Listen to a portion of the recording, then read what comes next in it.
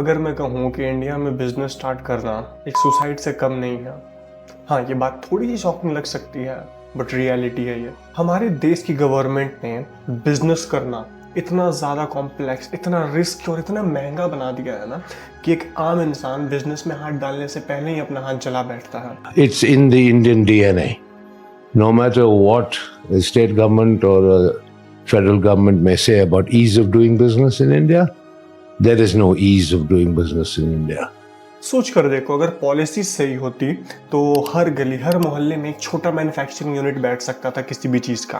छोटी छोटी फैमिलीज या जो बड़ी फैमिलीज है वो मिल करके अपने परिवार में ही एक मैन्युफैक्चरिंग यूनिट सेटअप कर सकती थी और करोड़ों लोगों को रोजगार मिलता। लेकिन आज के डेट में एमएसएमईज बोले तो micro small and medium enterprises, specially manufacturing sector के अंदर इन बिजनेसेस की हालत सड़क पर आ रखी है। आज की इस वीडियो में हम देखेंगे कि इंडिया के अंदर एक छोटा मैन्युफैक्चरर ग्रोथ क्यों नहीं कर सकता, एंड कैसे हमारी गवर्नमेंट ने बिजनेस को जेल के दरवाजे के पास ला करके खड़ा कर दिया है, और कैसे इन्हीं पॉलिसीज की मदद से इंडियन गवर्नमेंट ने जानबूझकर इंडिया के लोगों को गरीब रखने के लिए पूरा का पूरा सिस्टम क्रिएट कर दिया है। अब मान लो तुम्हारे पास कुछ पैसे पड़े हैं एंड तुम्हारी फैमिली भी बड़ी है, तो तुम अपने घर में या फिर अपने घर के आसपास अपने मोहल्ले में एक छोटा सा मैन्युफैक्चरिंग यूनिट सेटअप कर सकते हो, राइट? सच बताऊं तो ये इतना आसान बिल्कुल नहीं है, क्योंकि तुम्हें सिर्फ प्रोडक्ट नहीं बनाना पड़ेगा बल्कि 1450 से ज्यादा कंप्लायंस ऑब्लिगेशंस को पूरा करना पड़ेगा। हाँ, एक छोटा सा स्मॉल माइक्रो या मीडियम एंटरप्राइज सेट करने के लिए भी 1450 से भी ज्यादा रूल्स, फॉर्म्स, विजिट्स, इंस्पेक्शन सब कुछ करना पड़ेगा। टोटल 60 से भी ज्यादा इंस्पेक्टर्स आकर के कंफर्म करते हैं, कोई लेबर का, कोई यूटिलिटी का, कोई इन्वायरमेंट का, पता नहीं किस किस चीज का, और उनमें से हर किसी का अलग अलग रूल्स, अलग अलग रेगुलेशंस, अलग अलग विजिट्स, अलग अलग चार्जेस।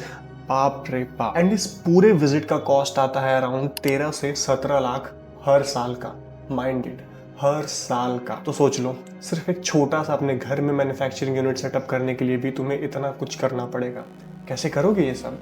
तुम्हारा छोड़ो, एक गरीब इंसान इंडिया का कैसे करेगा अपना मैन्युफैक्चरिंग यूनिट सेटअप, कैसे घुसेगा बिजनेस के अंदर? और सबसे डेंजरस पार्ट तो अभी तक मैंने बताया ही नहीं, 486 इम्प्रिजनमेंट क्लॉजेस। तो एक छोटी सी गलती, बस एक छोटी सी गलती, जैसे कि कोई रजिस्टर सही टाइम पे फिल नहीं किया ना, तो भी तुम जेल जा सकते हो। अब सोच लो, क्या ही बिजनेस करोगे ऐसे सिचुएशन में? इन सारी चीजों को जानबूझकर ऐसा डिजाइन किया गया है कि एक छोटा बिजनेसमैन हमेशा डरा हुआ रहे, हमेशा हड़बड़ाया हुआ रहे, और हड़बड़ा करके डर करके कभी बिजनेस नहीं होता, ये तुम भी जानते हो। और ये तो अभी तक मैंने सिर्फ प्रोडक्ट का पेपर वर्क बताया है।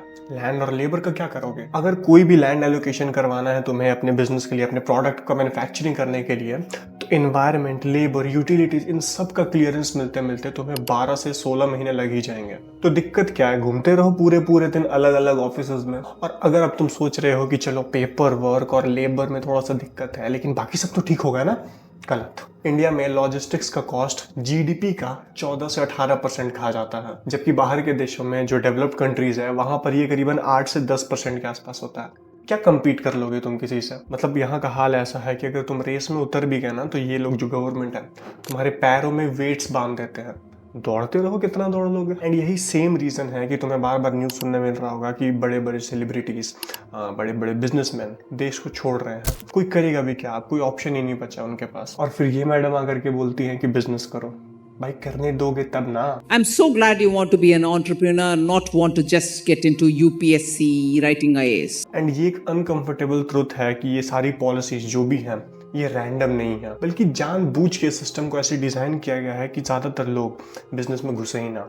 क्योंकि अगर सब फाइनेंशियली इंडिपेंडेंट हो जाएंगे तो सब 2 वक्त की रोटी से आगे सोचने लगेंगे, सवाल पूछने लगेंगे। तो फिर हो सकता है कि बस रिलीजन और कास्ट के बेसिस पे इन्हें वोट्स ना मिले। एक काम करो, ऐसा पॉलिसी बना दो कि जो ऑलरेडी बड़े बड़े इंडस्ट्रियलिस्ट हैं सिर्फ वही सर्वाइव कर पाए। अगर तुम्हें याद होगा तो अडानी ग्रुप को 1 रुपए में उतना बड़ा प्लॉट दिया गया था। इसी भागलपुर में सरकार ने 1020 एकड़ जमीन अडानी पावर ग्रुप को 1 साल के लिए 1 रुपए की लीज पर दी। एक पेड़ माँ के नाम, लेकिन माँ स्वरूप जमीन 1 रुपया उसकी कीमत लगाई इन्होंने। तो बेसिकली यही गेम चल रहा है, एंड टू बी ऑनेस्ट इसमें कोई कुछ कर भी नहीं सकता है। एंड ये भी रियलिटी है कि लोग बहुत ज्यादा अनफॉर्चुनेट है इंडिया में, and majority of the population गरीब ही रहने वाली है। बट तुम जो इस वीडियो को देख रहे हो, इसे समझ पा रहे हो एंड प्रोसेस कर पा रहे हो, आई पर्सनली थिंक कि तुम इतने मेंटली कैपेबल हो कि तुम इससे बाहर आ सको एंड खुद का कुछ कर सको, एंड आई नो कि तुम कर लोगे। और ये भी बात कोई नहीं जुटला सकता है कि अगर पॉलिसी सही होती इंडिया में तो इंडिया सिर्फ पॉपुलेशन में नहीं और भी काफ़ी सारी चीज़ों में पूरी दुनिया को पीछे छोड़ रहा होता। बट ये प्रॉब्लम तो है, बट अब इसका सोल्यूशन क्या है एंड तुम्हें as a entrepreneur next step क्या लेना चाहिए, तो ये बात मैंने इस वीडियो में डिस्कस किया है। चलो वहीं मिलता हूँ तुमसे, बाय।